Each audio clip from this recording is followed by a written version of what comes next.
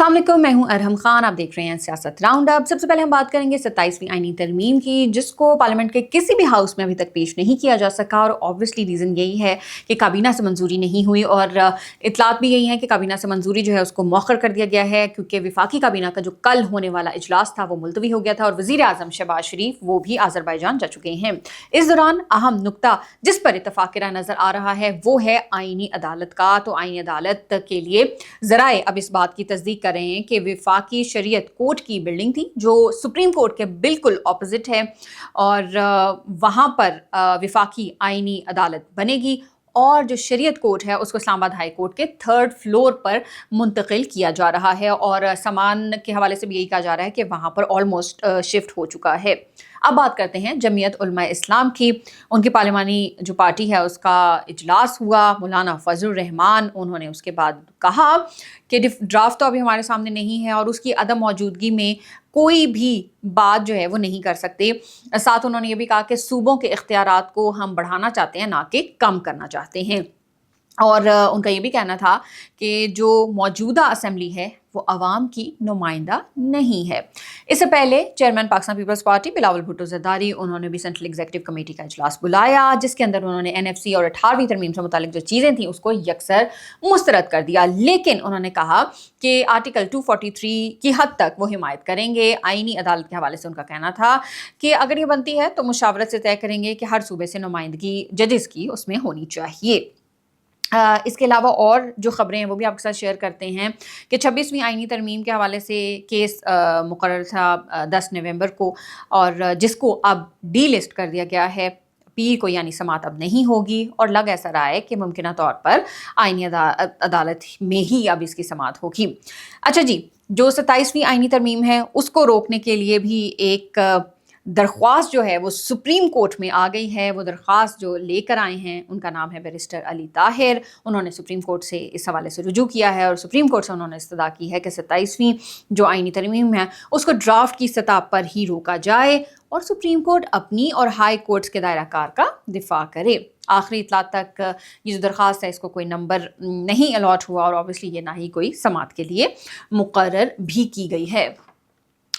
इसी से जुड़ी एक और ख़बर वो आपको बताते हैं कि PTI वो क्या करने जा रही है। PTI वो शुरू से ही जब से 27वीं आईनी तरमीम के हवाले से बातचीत हो रही है वो इसकी मुखालफत ही करते हुए नज़र आ रहे हैं। और अब उन्होंने ये कहा है, असद कैसर जो PTI के रहनुमा हैं, उन्होंने कहा है कि जी 14 नवंबर को 27वीं आईनी तरमीम के ख़िलाफ़ एहतजाजी तहरीक शुरू की जा रही है। उन्होंने बताया कि इसका आगाज़ हैदराबाद से करेंगे वो। साथ ही उनका ये भी कहना था कि 13 नवंबर को सरबराही इजलास होगा जिसके अंदर अख्तर मेंगल भी शिरकत करेंगे। तो उन्होंने कहा है कि जी अपोजिशन मिलकर इन तमाम जो हालात हैं इसका भरपूर मुकाबला करेंगे, और हम जो है वो भरपूर एहतजाजी तहरीक चलाएंगे जिसका आगाज़ हैदराबाद से होगा। अब थोड़ा सा आगे बढ़ते हैं। एक बयान वज़ीर आला खैबर पख्तूनख्वा की तरफ से सामने आया है जिसके ऊपर बहुत ज़्यादा रिएक्शन भी आ रहा है। उन जो रिएक्शंस आ रहे हैं वो आपके साथ हम शेयर करते हैं कि वज़ीर आला खैबर पख्तूनख्वा की जानिब से जो सिक्योरिटी इदारों पर मुख्तलिफ इल्ज़ामात का जवाब देने अब जो उलमाए कराम हैं वो भी सामने आ गए हैं। मौलाना ताहिर अशरफ़ी की मैं बात कर रही हूँ जो चेयरमैन हैं पाकिस्तान उलमा काउंसिल के। उन्होंने कहा है कि वज़ीर आला खैबर पख्तूनख्वा सुहेल आफरीदी ने जो इल्ज़ाम तराशी की है ऐसी तो हिंदुस्तान भी नहीं करता। पाक फ़ौज मसाजिद और मदारिस की मुहाफ़िज़ है, और मसाजिद और मदारिस को निशाना तो दहशतगर्द बनाते हैं। और उनका ये भी कहना था कि सुहेल आफरीदी ने क्या उस वक्त बात की जब मसाजिद से लाशों को उठाया जाता था। मौलाना ताहिर अशरफ़ी का ये भी कहना था कि एक चीफ़ मिनिस्टर की हैसियत से उनको ऐसी गुफ्तगू जो है वो ज़ेब नहीं देती, और उन्होंने कहा कि PTI के जो लोग हैं उनको चाहिए कि वो चीफ़ मिनिस्टर को थोड़ा अक्लो शऊर भी दें। इसके अलावा वज़ीर दाखिला उनकी हम बात करते हैं, मोहसिन नकवी। उन्होंने भी जो सुहेल आफरीदी वज़ीर आला खैबर पख्तूनख्वा हैं उनके बयान की मज़म्मत की है, और उन्होंने कहा है कि ये जो बयान है ये एहसान फरामोशी की सारी हदें पार कर दी हैं। सुहेल आफरीदी ने इश्तियाल अंगेज़ बयान पर उन्हें कौम से माफ़ी भी मांगनी चाहिए, यानी उन्होंने कौम से माफ़ी मांगने का मुतालबा भी किया है। उन्होंने कहा है कि जो बहादुर सपूत हैं कौम के, उनके बारे में बेबुनियाद और हक़ाइक़ से मुनाफ़ी जो बयान है ये नाकाबिल बर्दाश्त है, और इन जो बयानात हैं ان سے دشمن کو خوش کرنے کی ایک کوشش نظر آتی ہے. تو اس طرح کے جو بیانات ہیں وہ نہیں دینے چاہیے. اس کے علاوہ فواد چودھری، ان کی طرف سے بھی ری ایکشن سامنے آیا ہے، وہ آپ کے ساتھ ہم شیئر کرتے ہیں. فواد چودھری، ان کا یہ کہنا ہے کہ وزیر اعلیٰ کو الفاظ کے چناؤ میں احتیاط کرنی چاہیے. انہوں نے جو ٹویٹر ہے اس کے اوپر اپنا یہ پیغام دیا ہے، اور انہوں نے کہا ہے کہ جو بیہودہ پروپیگنڈا ہے اس سے تلخیاں بڑھیں گی اور اس کا کسی کو بھی کوئی فائدہ نہیں ہوگا، نہ پی ٹی آئی کو، نہ قیادت کو، اور اس سے جو ہے عمران خان کی رہائی کی کوششوں کو الٹا نقصان جو ہے وہ پہنچے گا. چاہیے یہ کہ تلخیاں کم کریں، اور یہی ایک واحد سلوشن ہے جو فواد چودھری نے بتایا ہے. اور انہوں نے کہا ہے کہ وزیر اعلیٰ خیبر پختونخوا سہیل آفریدی ذرا حوصلے سے چلیں، ذرا تھم کے چلیں.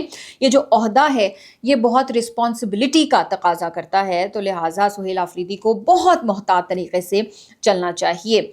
اور انہوں نے کہا کہ ہماری طرف سے جو عمران خان اور دیگر جو سیاسی قیدی ہیں ان کی رہائی کی کوششوں کی پی ٹی آئی جو ہے مخالفت کرتی ہے، تو یہ ایک نہایت احمقانہ بات ہے.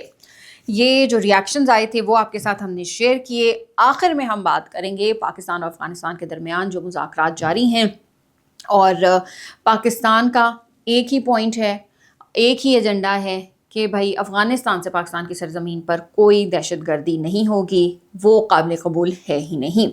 اس وقت جو مذاکرات ہیں وہ استنبول میں جاری ہیں. آبویسلی دونوں ممالک کے جو وفود ہیں وہ وہاں پر موجود ہیں، اور ترکی کی ہی ریکویسٹ پر پاکستان نے یہ مذاکرات کرنے کے لیے آمادگی ظاہر کی تھی.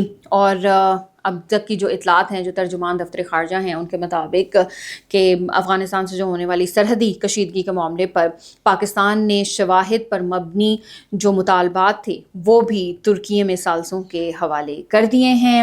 اور پاکستان، جس طرح سے میں نے پہلے ہی کہا کہ وہ اپنی سرزمین پر دہشت گردی کو کسی صورت برداشت نہیں کرے گا. ترجمان دفتر خارجہ ان کا یہ بھی کہنا تھا کہ ہم نے لاجیکل انفارمیشن جو ہے وہ شیئر کی ہے، اور یہ جو انفارمیشن ہے یہ منصفانہ اور فتنہ الخوارج سے ریلیٹڈ ہی ہے. اور ان کا یہ بھی کہنا تھا کہ سوشل میڈیا پہ بہت زیادہ پروپیگنڈا بھی کیا جا رہا ہے، خاص طور پر افغانستان سائڈ سے بہت زیادہ پروپیگنڈا کیا جا رہا ہے، تو کوئی بھی ایسی خبر پر دھیان نہ دیں. اور ان کا یہ بھی کہنا تھا کہ مذاکرات میں فی الحال کوئی ڈیڈ لاک نہیں ہے، کوئی منفی خبر، کوئی ایسا نیگیٹو پروپیگنڈا ہے جو بھی کیا جا رہا ہے اس کی طرف جو ہے نا وہ بالکل دھیان دینے کی ضرورت نہیں ہے. چمن واقعے کا انہوں نے ذکر کیا کہ وہاں سے فائرنگ کا جو آغاز ہے وہ افغانستان کی جانب سے ہوا ہے، تو obviously یہ جو معاملہ ہے یہ بھی مذاکرات کے دوران اٹھایا جائے گا. دیکھتے ہیں کہ ان مذاکرات کے بعد کیا چیزیں سامنے آتی ہیں. یہ تھا آج کا ہمارا سیاست راؤنڈ اپ. انشاءاللہ اگلے ایپیسوڈ میں آپ سے پھر ملاقات ہوگی. اپنا بہت سارا خیال رکھیے گا. پاکستان زندہ باد.